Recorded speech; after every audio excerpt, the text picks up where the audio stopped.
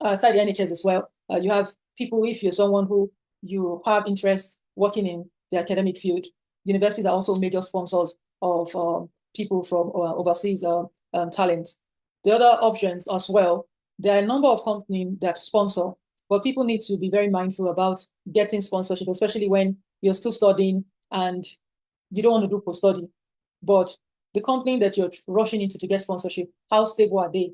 Are they big enough that they'll be able to sustain and pay your salary till the next 5 years? Is this company, do they have a risk of crumbling or packing up after a few years and then you don't know what to do? So we've had cases where stories of people who they didn't want to do the post-study graduate visa, they switched to uh, skilled worker visa, moved their dependents on it, and then along the line, the company had to make them redundant. In some cases, the company folded up. And now, once you switch to skilled worker visa, you can't go back to graduate visa.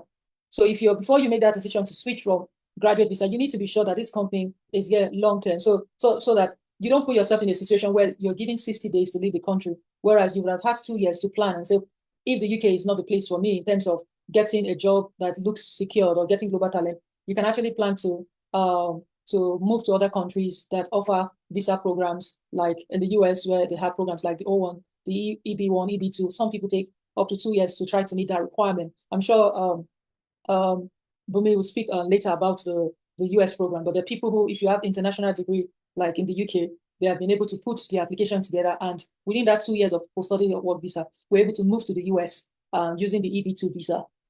That's an option. So that's